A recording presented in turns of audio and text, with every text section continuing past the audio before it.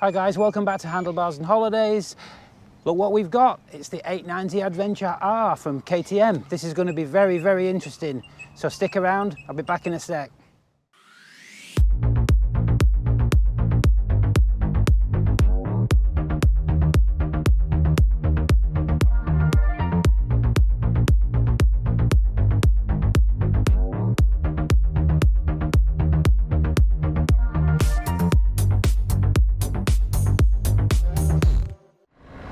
Okay, so the 890 Adventure R, here we are. Very nice place this is. I think the ergonomics of this bike are the first thing that strike you, in that the foot peg to seat ratio is just nice. It puts your legs in a really nice position. The handlebars are exactly where you want them to be. It just feels nice. Your weight's through your spine. This feels like a bike you could ride a long way, for sure, for sure. So first things first, huge thanks to the guys at Savage Motorcycles in Midvale. They've been kind enough to let me out on this bike today. We've also got a few other reviews for these guys lined up, which is great news. But yeah, what a dealership that is. It's a huge dealership. They do Suzuki and KTM and Gas and Can-Am, the three-wheelers as well. And they've got a massive range. The stock is colossal. Also a lot of used bikes as well, and really nice used bikes, sort of a bit newer used bikes, if you will. So yeah, if you're looking for any of those brands, or you want any information, go see the guys in there. Gerard, Ian and Jay are incredibly helpful. So back to the bike. I think it would be true to say that this bike is aimed at a sort of a 60% off-road, 40% on-road strategy, if you will. And I'm going to look at this a little bit differently, because my off-road knowledge is zero. I'm 99.9% on-road, with a glimmer of interest in off-road, might I add. So I see this bike as being just quite interesting. I want to look at this little review. It's purely going to be on-road, I'm afraid, guys. But I'm going to look at this from the point of view of somebody that would potentially buy one of these bikes with the intention of doing pretty much 75% on-road and 25% off-road. But I would think there is a section of guys out there, and I'm one of them, that if you like the idea of venturing off-road onto a bit of a dirt track, or just exploring a little bit more, you would be happy to do that, but you would want to do it on a bike that you know is more than capable. You know, you don't want to do it on something that you think you're going to break it as soon as you go over a bump. And this bike is exceptionally capable, way more capable than I would probably ever be off-road. So that's the way I want to sort of talk about this bike, as a sort of a 75% on-road with the occasional bit of off-road just thrown in for a bit of fun every now and then. I don't know where we're going here. Let's have a look. Hell, we're on an adventure bike. Let's see where this goes.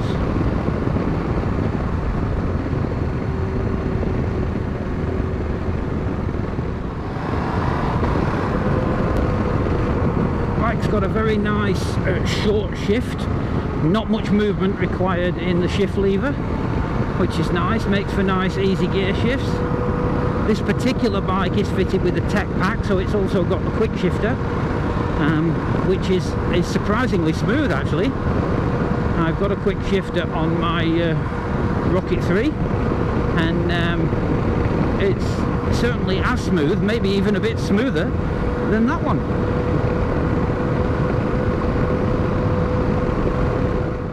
Brakes are very good. Brakes feel really nice. Tons of stopping power, and very light as well. Certainly one finger on the front brake is more than enough.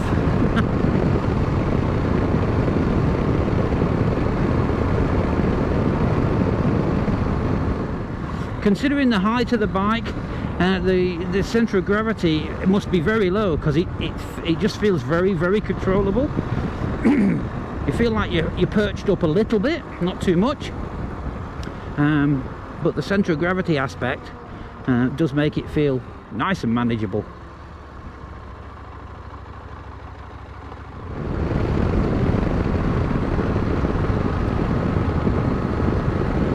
a surprisingly comfortable bike.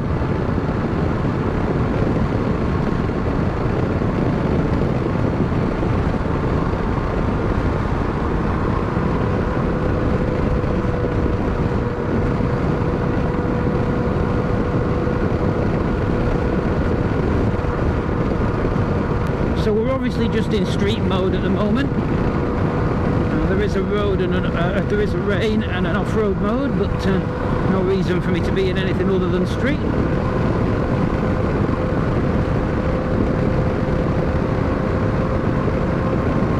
That quick shifter is really smooth.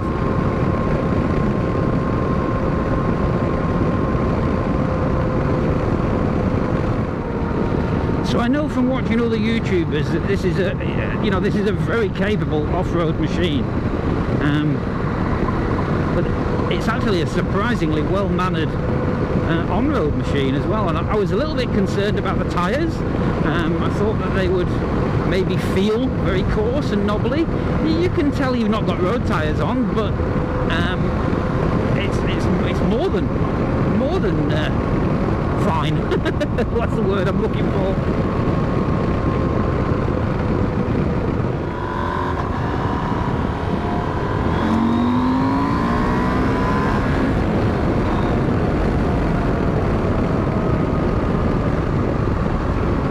Well, she's certainly got some go.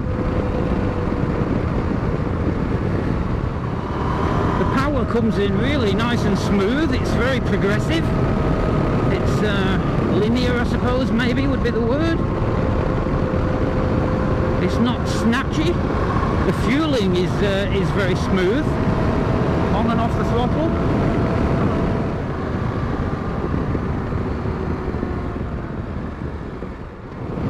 It's a very growly engine. It's got a really nice tone to it.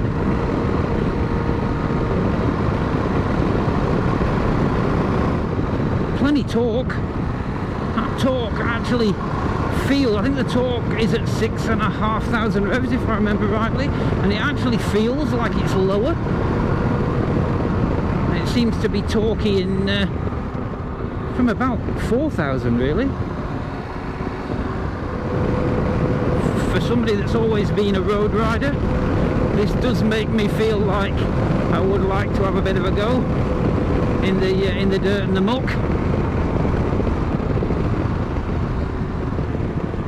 It is very confidence inspiring for sure.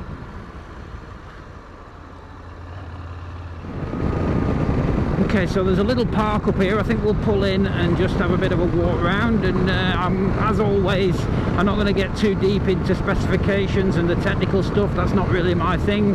I see my role here as just being able to give you an idea of what it actually feels like to ride this bike and what this bike makes you feel like. So you know, we'll just pull in up here and have a walk round. So here we are with the 890 Adventure R, and what a wonderful machine this really is. I've got to be honest and say I never rode the 790, but I believe there's some pretty significant improvements on this machine. They increased the power, the torque, they made a lighter subframe, they improved the clutch and gear shifter. Traction control has been uprated and suspension's been reworked. So they have made some pretty significant changes to this bike. I must admit I forgot to check the price before I left the shop, but I think it's in the region of about $25,000. That's Australian, obviously. 196 kilos and a 20-litre fuel tank, which by my reckoning should get you in the region of about 400 kilometres, which is pretty damn good range.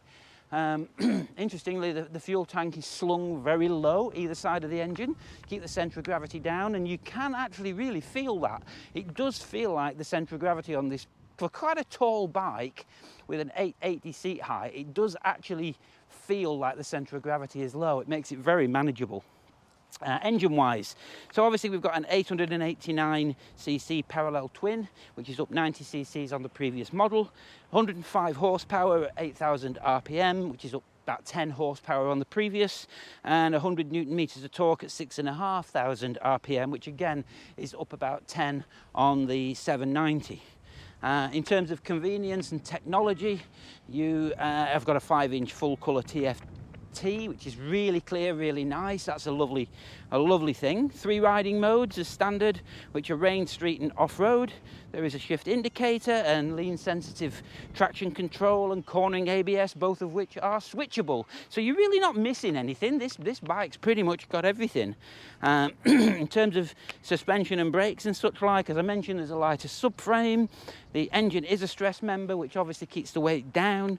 Fully adjustable front and rear suspension, 263mm ground clearance, which is massive. Obviously aluminium spoke wheels, which are 21 on the front and 18 on the rear.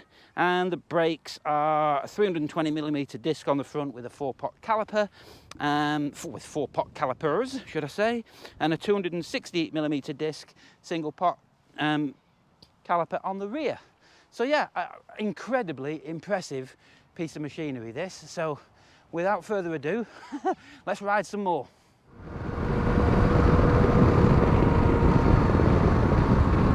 I think the finer points of this machine, things like the switch gear and the mirrors and that sort of thing, I think they've got that right. There's great view in the mirrors. The switch gear is all nice and clear and concise. There's no issues anywhere.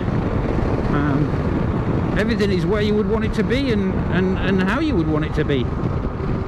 Difficult to, I can't find any fault there at all.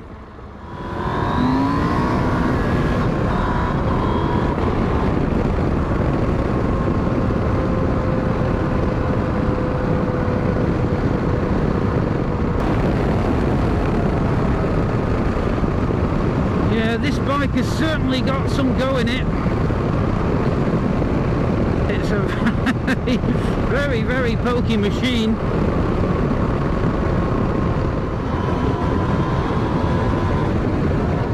So having spent almost a couple of hours on the bike now, this is very much a fun machine.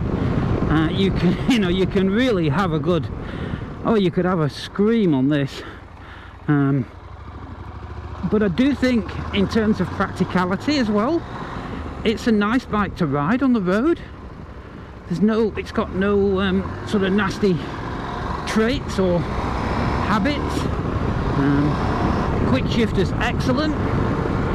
Comfort's excellent. Position is excellent. It's got tons of go in it. So you could commute on this. You could go out at weekends and do the tracks and trails, and it really is a proper all-rounder. I mean, almost all my bikes have been sports bikes or cruisers of some sort. This adventure bike idea is a whole new thing to me, but God, I can see the appeal. This is just fun with a capital F. The engine sort of oozes character. That parallel twin has got that kind of coarse, I don't know, like a coarse growl to it that's really nice. It just makes you feel like you're aboard something that's a bit nasty. I'd be a little bit reluctant to give them this bike back. Nice bit of shade.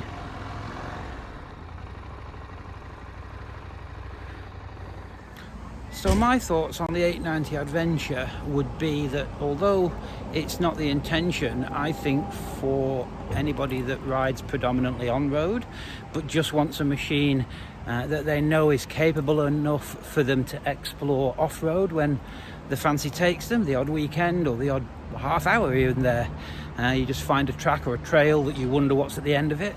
Absolutely superb. Bike would be over-engineered to do so, put it like that, but you're happy in the knowledge that you're not going to run into any problems. So yeah, it ticks all the boxes for me.